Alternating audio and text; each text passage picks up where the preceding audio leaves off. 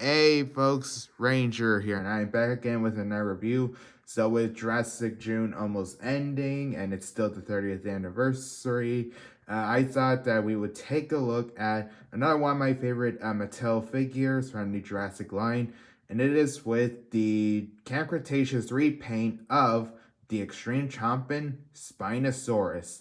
So yeah, so here we got a pretty infamous one to say the least, which I'll get to later on. So first, a bit of back history with the Spinosaurus, and I am mostly going to focus on the history on the Jurassic Spinosaurus.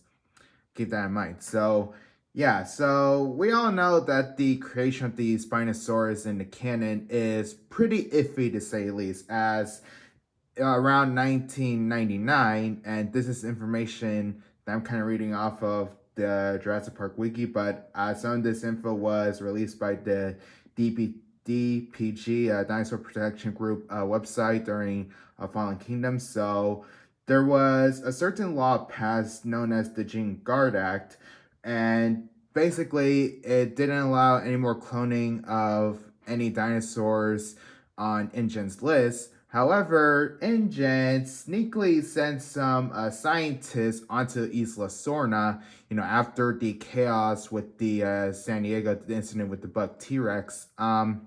So around that time, they illegally did clone several species, which include Ceratosaurus, Ankylosaurus, Corythosaurus, and of course, the Spinosaurus here. And the Spinosaurus in particular wasn't part of InGen's original list of dinosaurs. So yeah, something pretty iffy already right there. And it's even more iffy as we all know, this particular dino has a pretty high territorial attitude, meaning it was highly aggressive and basically took over as the top predator on Sorna, over competing with the T-Rex even. As we all saw in Jurassic Park 3, where it quickly snapped the neck of the younger male T-Rex that we see. Now, throughout the film, it quickly pursues our main cast with Alan Grant and the Kirbys, and it all ends with the famous Lake River attack with the Spino, and gasoline fell into the water, which allows flare to be thrown, engulfing the river in flames. And this, of course, quickly distorted the Spino, and he ran into the forest. Now, we would learn a little bit more about the Spino up until, I'm sure there were some little things here and there about the Spinosaurus in between the drought between JB3 and Jurassic World. The closest we kind of got was the Spinosaurus skeleton in Jurassic World. And then again, that was just an excuse for Rexy to break apart to show, yep, the T-Rex is back. Victory over the Spino, or whatever it was supposed to be. But yeah, so it wasn't until Camp Cretaceous Season 4 was being promoted that we learned that the Spinosaurus would be returning, and that it would be in fact the same dino from Jurassic Park 3. Now in Season 4, we see that it was living in the desert biome in Manticore Island, which is a little strange as some of us kind of know that Spinosaurus was an aquatic dinosaur to begin with. But, so the Spinosaurus was living in the desert biome, and of course chased around, the campers a bit, even killing the Smilodon that was also in Season 4.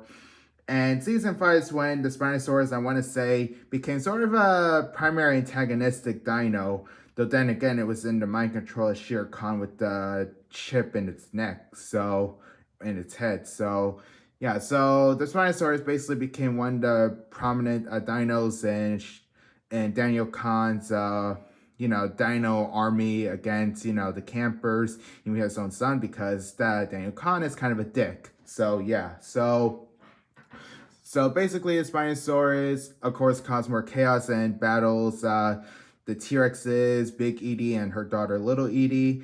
And basically, the Spinosaurus almost killed a Big Edie. So it was almost a fake out where, great, Spinosaurus won again. And then later on in the season when it almost tries to kill Darius, Big Edie returns and uh, basically redeems herself along with her daughter against the Spinosaurus, and the Spinosaurus runs off in the forest. It's basically now a tie score between the T-Rex and Spino. So that's all the known history with the Spinosaurus. There was the Spinosaurus was supposed to be a little bit more prominent in later media, like in Fallen Kingdom, where it would have fought in Rexy during the volcano scene, but that got cut with the Sinoceratops versus Carnotaurus scene, and then it was supposed to act as a force against the Giganotosaurus in Dominion, but that got cut again and replaced with the Therizinosaurus. So, yes, and as far as we know, not too much is known about the Spinosaurus currently at this moment, since we gotta remember that Camp Cretaceous did technically take place between 2015 and 2016. So there's that. So that's the long interesting history. And now we have to get into history on this particular figure because wowzers, this figure, because I'm sure a lot of us remember the original Legacy Collection Spinosaurus release around 2018 when the Mattel started buying the license and started making figures for Jurassic. So from what I know, while it was, released, of course, it was released very sparsely around US, if hardly actually. And it was a little bit more prominent in other countries.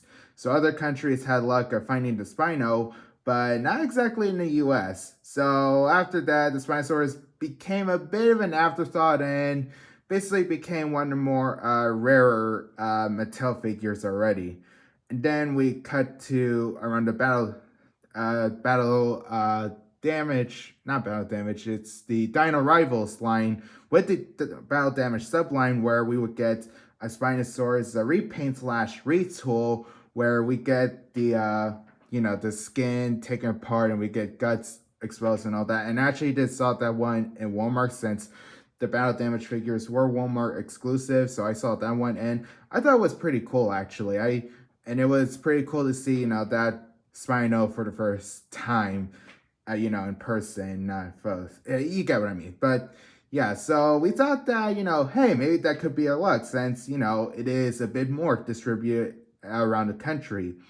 Well, as it turns out, the shipments for Walmart was pretty limited with the Spinosaurus, so immediately after those initial releases, the battle damage Spino became rare also, and from what I've heard, it's a little bit more harder to find.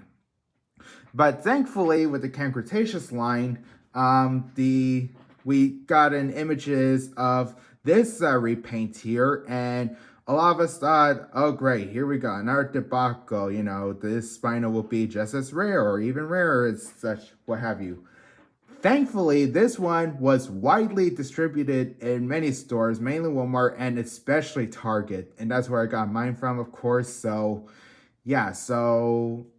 thankfully this Spinosaurus is arguably the most affordable out of the three main Spinosaurus out there.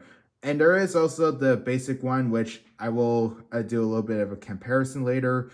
But yes, and as far as I know, even though it's not being sold in Target anymore, it is actually still available on Amazon. So I do recommend you guys check out Amazon's website. I may, in fact, leave a link down at Amazon for you guys to see, if you want to snag this Spino for yourself. So, yep, so without further ado, let's commence. So before starting properly with the review, we should clarify this is not accurate.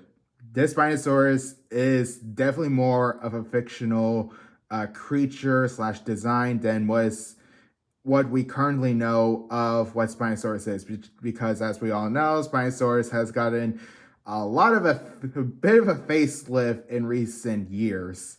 So I'm not exactly gonna point out, all the inaccuracy that the JP3 Spino has, because we gotta remember, at the time when JP3 was released, this Spinosaurus was the most accurate depiction we had of the animal in terms of looks. Behavior, maybe a bit exaggerated, but in terms of looks, this Spino did kind of got the basic idea right of what we currently understand of Spinosaurus, with the crocodile mouth and the cell. So, yeah, so Spinosaurus has gone through a change. So, for the purpose of this video, we're just gonna point out, what this Spino compares to with its on-screen appearances. So, yeah. So, yeah, I guess we should start off with the review. So this is probably one of my favorite Mattel figures that I own, as the Spinosaurus in general from Jurassic Park 3 is one of my favorite dinosaurs in medias. I'm literally not kidding. It's literally one of my favorite dinos in general, as, this creature has gotten, the reputation of, killing the T-Rex, and there's the war of, the T-Rex lost and everything and all what have you. I wasn't exactly upset because I was more intrigued that there is actually a dino out there that could rival in T-Rex in size. Of course, that's been also debated, but again, not exactly the point of this review. So, yeah, so in general, the Jurassic Park 3 Spino is definitely one of my favorites. And in all honesty, I think Mattel did a wicked job in depicting this creature. Not entirely perfect, as I'll get to, but close enough where I can say this is a faithful representation of the animal from the film, and even in Camp Cretaceous. So, without further ado, let's commence. So, let's start with the head, and let me adjust the lighting a bit so we can take a good look. So, we can see really nice head detail on this figure. Like, you can see nice scoots running down the lower jaw here. Very nice. So, the jaw here is a bit more of a creamy color when compared to the upper head.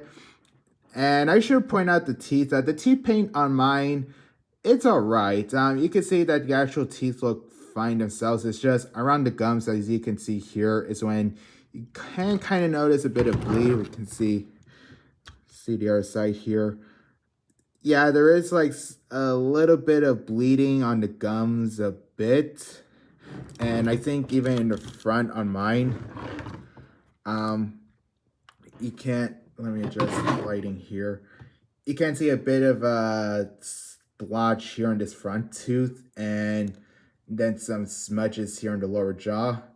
I mean, it's not exactly a big deal breaker for me personally. I mean, because when I did find this Spino, it was the last one in stock, so I just grabbed this one, and this little blemish here, yeah, it does suck, but when you compare it to other issues Mattel is known for in terms of QC, it's not entirely the worst thing. And plus, the splotch right there could be, easily covered when the jaw is closed. So it's not exactly too bad in my opinion.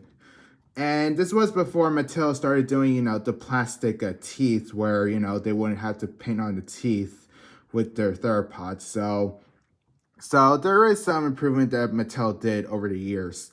But, aside from that, the teeth themselves are pretty well sculpted also, individually sculpted. There are a bit round on the top because, we gotta remember this is still a kid's toy, so kids are gonna be roughhousing with this one. So, God forbids that they make pointier teeth. So, yeah, so you can even see nice scales on the face here. Really nice variation. And of course, we got the two crests up here that the design is known for. Really nice here. And I'm just gonna say it, I love the red head here. I really love the red head here on this figure.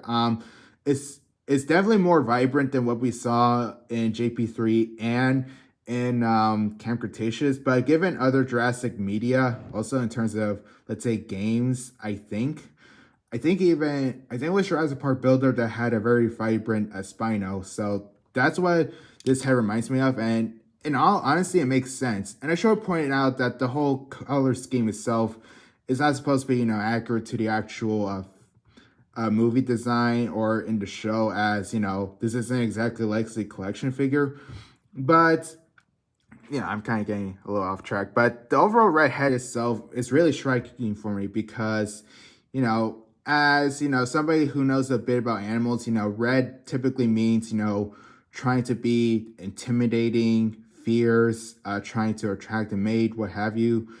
And I think it makes sense for this Spinosaurus toy, as it really does pop out. And then of course we got the eyes here. They're not green like in the in Camp Cretaceous nor in JP3. They are more of an orange, which I actually don't mind because I still think it captured the likeness in a stylized way, and we can see, you know, the slit of pupils on here, so more reptilian-like, like it was in the actual film. And then, if we actually look, this figure does actually have, if the camera can focus, there we go. We can see, if this camera can focus, there we go. We can see that this figure does indeed have binocular vision. I'm not sure if the actual Spinosaurus had binocular vision, but I do know that the Stan Winston model, because I did saw an image of it, that it did indeed have binocular vision. So that's a pretty good attention right there from Mattel, actually. So kudos to them. And then moving on, we got nice, more nice details. Starting off with the head here, really nice variation of scoots. It gets a bit bigger once you get onto the neck here, and immediately a little smoother, but that probably is due to the action feature, which we'll get to. So very nice details here, and we can see, you know, starting up the brown here. So really nicely done. Try to get the camera a bit more focused. There we go. So a bit more brown on the top here. Looks really nice. And then on both sides, we'll see this nice creamy white for the stripe here, which is really nice.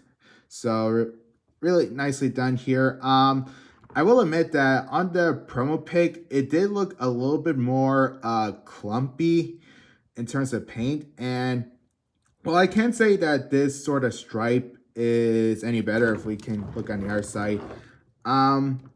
I can't say that is not, like, it's still a little clumpy on both stripes on the side, but it's not as bad as the promo pic. So, you know, I think that's an improvement Mattel did. Although there is something that I wish Mattel did kind of added, which we'll get to a little bit. And since we're on this side, we can see the various bigger scales on this, on the main body here. Like, we can see really nice big scales over the legs here. And even around here, even around the rib cages, which are really nicely picked out. Very nicely done. Definitely helps give the somewhat crocodilian-esque feeling of the Spinosaurus, which is definitely fitting, to say the least. So really nice here. We can even see smaller scoots on the top back here. This, of course, leads to the cell. So yep, the cell, nicely done. And I will talk a bit about some proportion issues people have with the Mattel Spino, but the color of the cell is pretty nice. We can see the nice creamy white on the cell too on both sides, accompanied by a nice fading of the brown here into this nice bright red here. Like I said, red is definitely fitting for a big animal like this, especially a predator. So I think the red here definitely suits the Spinosaurus really well on the cell. So nicely done there. Then move on, going back to the lower body, we can see more of the nice scoots. Starting off here with the arms. So we got nice variation of scales on the arms here, as they're really nice, big, and muscular, as they should be. And then, of course, we got nice ridges on the claws and fingers. Nicely done. Now, this is sort of a cheap out Mattel did, is the nails. The original Legacy Collection Spinosaurus did indeed have painted nails, and a part of me did wish that they did painted the nails on this one as well as the battle damage Spino. So I've heard, the reason why Mattel kind of cheaps out is because of cost reasons, all that. But even still, I do wish that Mattel did the effort to add, paint on the claws. As I'm sure many others have added their own paint here, but I probably wish that Mattel did. But it's not a big deal breaker, and the claws themselves do feel nice and big, regardless. So yeah, that's something to point out that I did wish Mattel did added immediately, and we can see more ridges on the claws here and fingers, really nice. More variation of scales, really nicely done. And then might as well move on to the underbelly. So this one thing that I wish they kept in the original prototype image. So we can see this nice creamy white here on the lower neck, but then it kind of abruptly stops and we got this bare underbelly. Yeah, the original promo pics did show that the underbelly was painted, so I'm not sure why Mattel kind of changed that. And I did, again, with the claws, I really wish they did edit that. I'm not sure if the Legacy one did have color underbelly, if I can remember, but it would have been nice if they did add a paint here on the underbelly. That way it could properly fades into with the creamy color in the neck, because the creamy color in the neck is actually not that bad actually. You got nice fading to the main body color here. So yeah, that's really nicely done. But I did wish that they did added that same color to the underbelly here. It would have been nice fading. And we can also see the nice variation of skin folds here also. Really nicely done.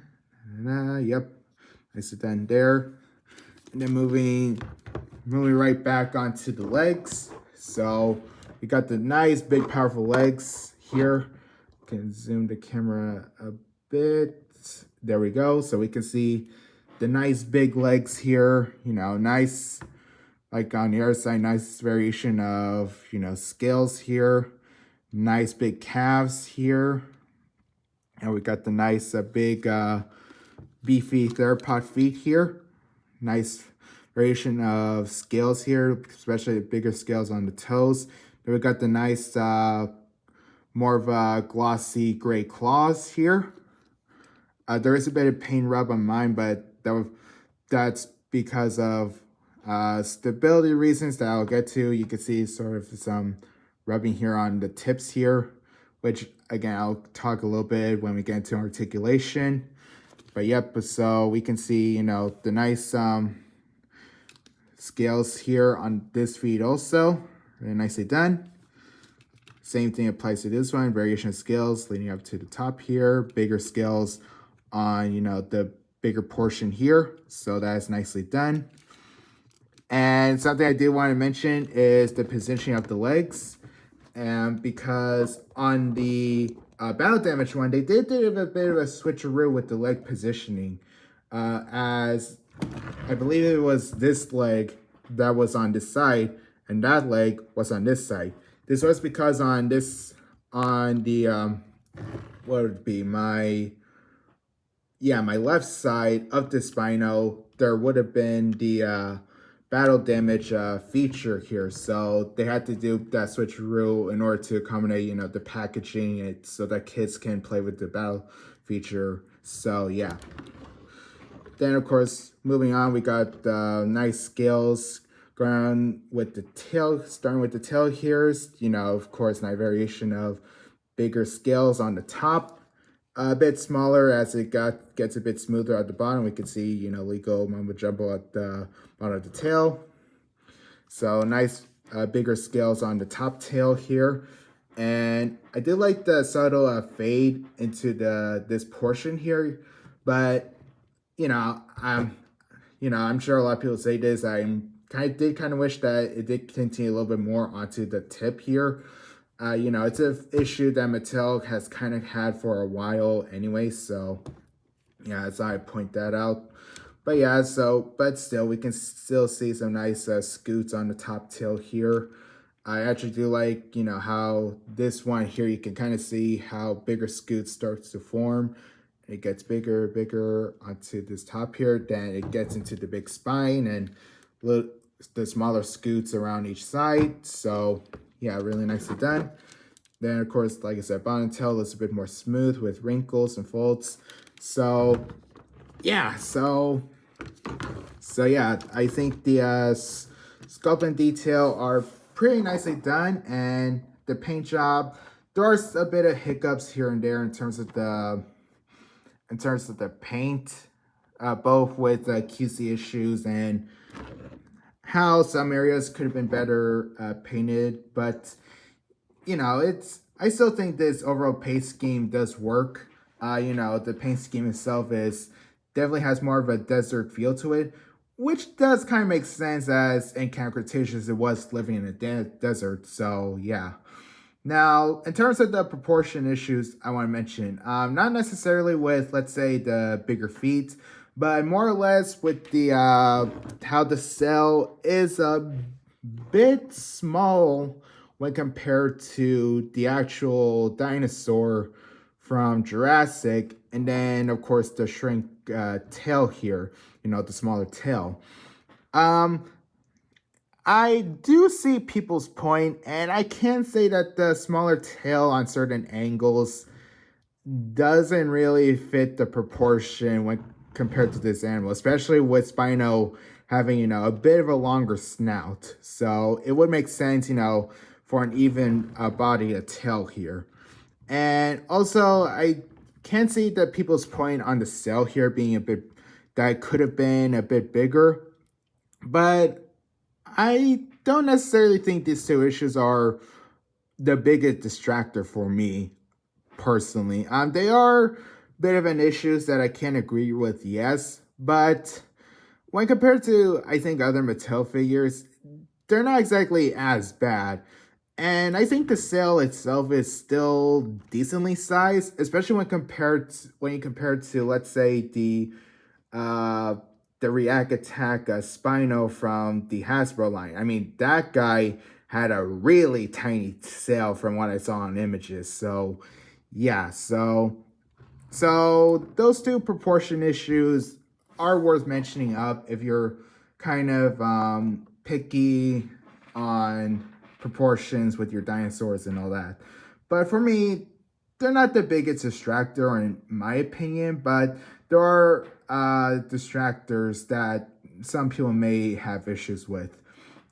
So I think with that, let us get into with the articulation. So articulation for the Spinosaurus is pretty good here actually. So starting off with the head here. So the head can move, you know, up and down, and you get really nice movement actually. So yeah, you can get the Spinosaurus in a wide variety of poses. You know, it's nothing compared to, let's say, the Hammond collection, but you know, for a mainline figure, this is pretty good. So yeah, so really nice variation of movement here. There, of course, might as well get into the action feature. You can open this button here. You know, you can see here, and opens the mouth up. And I might as well talk. I'm kind of all over the place. My apologies. I should mention the glossy paint in the mouth here. It is really nicely done. Nice gloss and nice ridges on the roof of the mouth and at the bottom. And then we got the nice simple tongue here. You know, split is, you know, a different part than the actual jaw.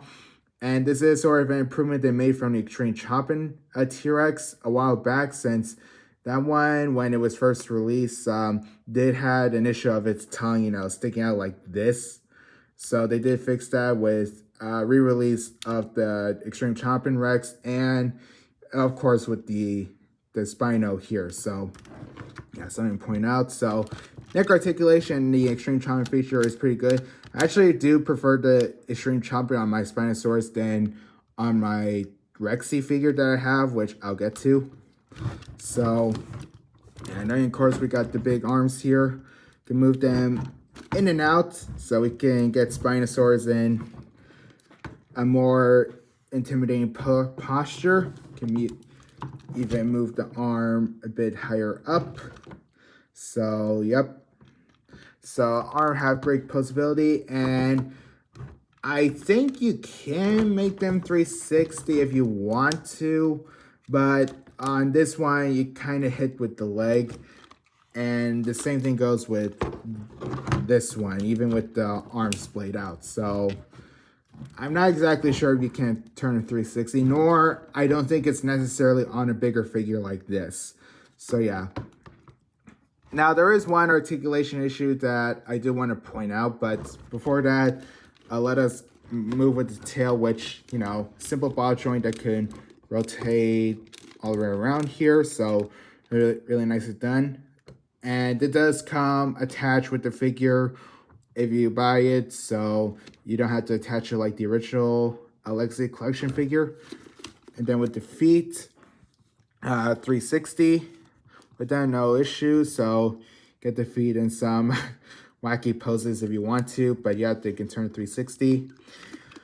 Okay, so what is the articulation issue I have with my Spino? And I do say with my Spino because not everyone is going to have this exact issue. So basically,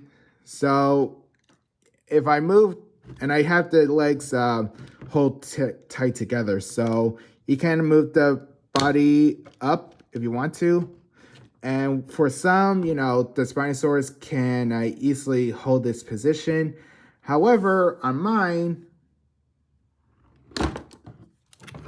yeah, my Spinosaurus with this leg in particular does not want to hold onto its position that well in terms of its being in an upright position.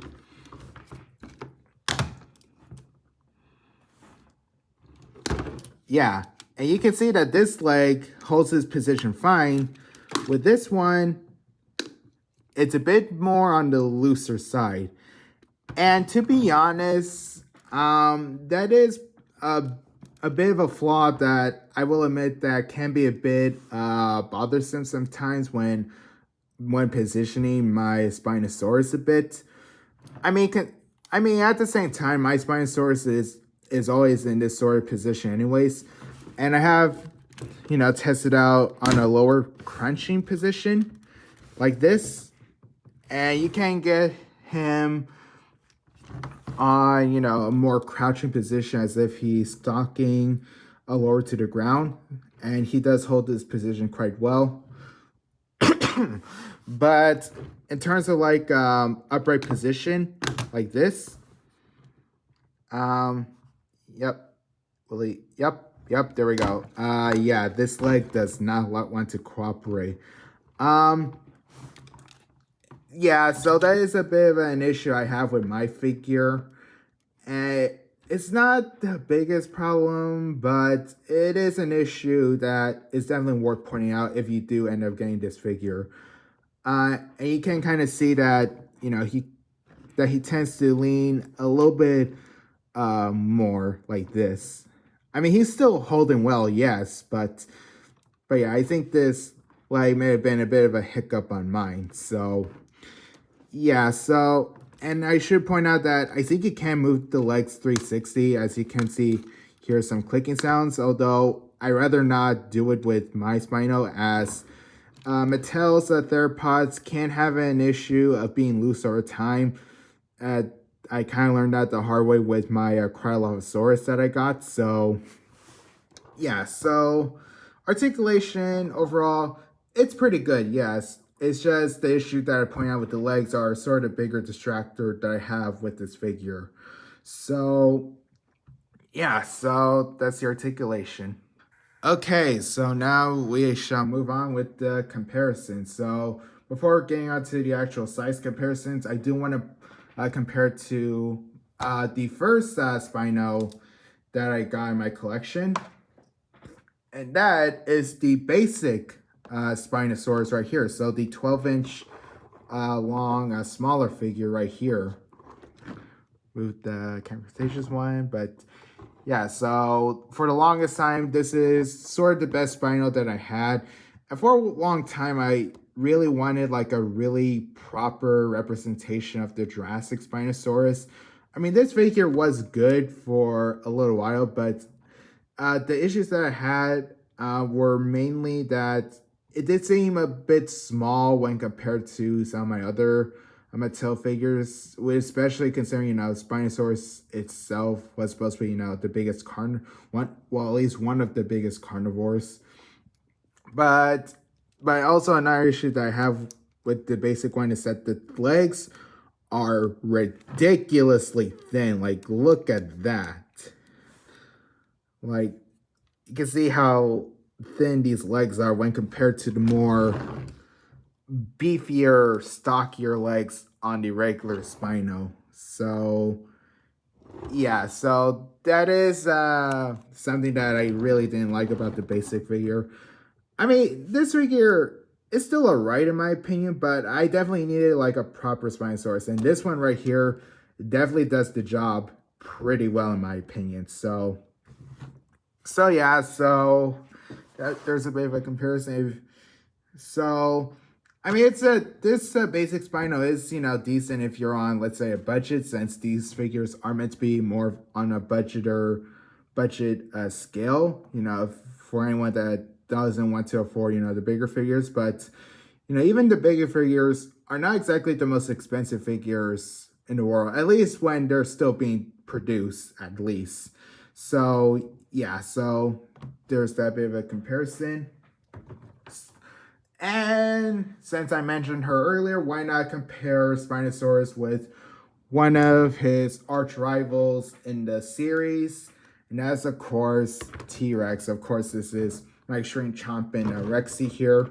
So these two individuals would not have fought, but, it's the T-Rex compared with Spinosaurus regardless. And so, all right, let me get these two in like a proper side-by-side position. So, yeah, Spinosaurus is definitely bigger than Rexy here. And, yeah, we can get a bit of a top, and you can see my lamp there. So, yeah, I don't think this is definitely accurate. This is definitely not accurate when you think about, their actual size. I mean, yes, Spinosaurus was supposed to be bigger than T-Rex, but I think their overall body mass would have been roughly the same, especially with Rexy. I think Rexy and the Spinosaurus in the canon were actually around the same size, actually. So, this comparison is all right. At least the Spinosaurus is bigger than Rexy here. Damn it. Yeah. Yeah, so at the very least, the Spino is bigger than Rexy, even if it is way too big, in my opinion. So, yeah, so Rexy is a bit more on the bigger side. Well, not Rexy, Spinosaurus is a bit more bigger when compared to Rexy. From what I've heard, the Spinosaurus does scale a little bit better with other T-Rexes, particularly the electronic ones, like oh boy, I kind of forgot. Mattel has released so many of their dinosaurs a lot, especially with the T-Rex. So it's kind of hard to keep track. So I am pretty sure that maybe the Spinosaurus does scale up nicely with the Hammond Collection T-Rex, which, by the way, I'm sure it's kind of a sign that maybe Mattel will do the Spinosaurus down the line with the Hammond Collection figure. We do know that they are releasing a buck, even though it's part of a $250 set that I'm not exactly too happy about. So, yeah, so yeah, there's that bit of a comparison with Rexy and Spinosaurus here. Okay, so comparing him with, let's say, smaller figures. Here's, of course, Blue here, and good old Owen. So, yep, here we are here. So, looks like Blue and Owen scale up pretty good with the Spino here. And I should mention a bit of trivia that the original ending for JB3 was to have the Spinosaurus be killed off by a pack of raptors. And although that was cut, it was kind of referencing Camp Cretaceous in the first episode. Instead, it was with the T-Rex, actually, and that was even a video game. So, Yeah, we could see a comparison with Owen and Blue with Spiny here, or Spinosaurus. So I think these guys look pretty nice, especially Blue and Spinosaurus here. So can and if you have a lot of raptors, you can maybe try to recreate the scene, the deleted scene with the Spino and Velociraptors, and that ending was actually oh, there's Owen.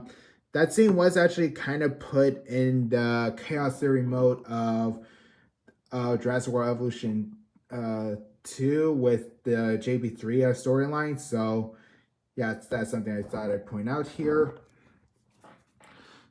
Yep. And then comparing him with a regular well, not exactly a dinosaur model, but a model if that some might have, a regular prehistoric model here. Here we got the Mojo Smilodon, and I did of course have to bring out the Smilodon as this was the thing that became the Spinosaurus' meal in Camp Cretaceous Season 4. And so you can get a good idea on scale with a regular prehistoric mammal with the Spinosaurus here. And actually, you know what? I think this is a pretty good comparison because if I remember the scene, the Smilodon was hunting the campers in like a deep cavern, and then the Spinosaurus literally burst out of the wall, and then Smilodon tried to pounce, and then Spinosaurus just leaped down and chomp. So, yeah, I think this is actually a pretty nice comparison, actually. So, yeah, so I think actually these two, considering that Mattel has yet to release, their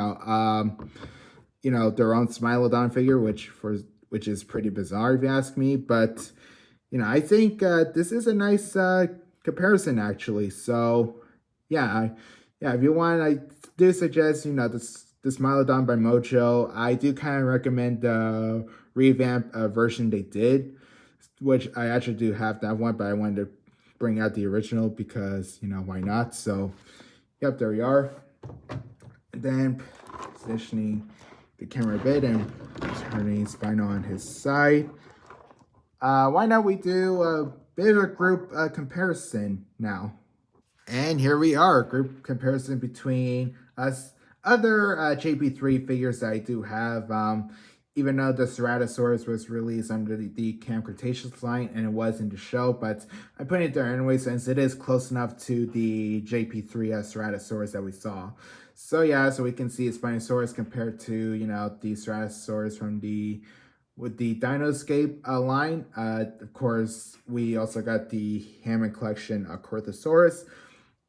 I repainted a raptor here from React Attack to look like the female raptor from the film, and the Amber Collection Pteranodon here from JP3. These guys I think look pretty good. The raptor and Pteranodon are of course a bit overscaled since Amber Collection was the original lineup before Mattel dished that idea and gave us the Hammer Collection, which I am glad of since this Corthosaurus, by the way, is pretty amazing to say the least. But yeah, so nice group comparison between these guys. So this is sort of my small JP3 collection that you could say the least. So yeah, pretty cool comparison right here. So my overall thoughts on the Jurassic World Camp Cretaceous Spinosaurus here. This is a really awesome figure. It does have its shortcomings. Like I said, there are some paint issues, like unfinished paint on certain areas, especially the underbelly. and the leg articulation is a bit of an issue, at least with mine. It may not be with everyone, but it's something that I want to point out. And some of the proportion with the tail and sail. Let me get it for a better final shot. So, and the proportion with the sail and tail could have been a bit bigger, but overall, I still think this is a really nice representation of the Spinosaurus. The color, of course, is not accurate to the film nor in Camp Cretaceous, but it's a nice stylized coloration that I do approve of. It's really vibrant. It's really out there. I really do appreciate this, this color scheme on, one of my favorite dinosaurs from the films. So yeah, this is a really awesome Spinosaurus figure regardless. Most accurate? Absolutely not. Accurate to the Jurassic Spinosaurus? Of course. So yeah, so I think this is a really nice, acceptable representation of the JP3 Spino. So yeah, this is a really solid figure that, if you're really into, collecting, more fictional dino designs like this one, I definitely recommend this one. So yeah, and of course, like I said, it's still available on Amazon for a pretty decent price actually. So like I said, I'll leave a link to that on the description. So yeah, so thank you guys so much for watching. This may be my last review for Jurassic June. So yeah, so I say Jurassic June this year has been all right. I think there could have been some things that could have been more epic, especially considering this was, the 30th anniversary of Jurassic. And I did just saw Best in Slots video discussing his standpoint on the 30th anniversary, and there are some points that I definitely do agree with him in that video. So yeah, but that's kind of a topic that I may discuss another day. But overall, really enjoyed this Spinosaurus. Really happy I got it. So yeah. So thank you guys so much for watching, and I'll see you guys next time.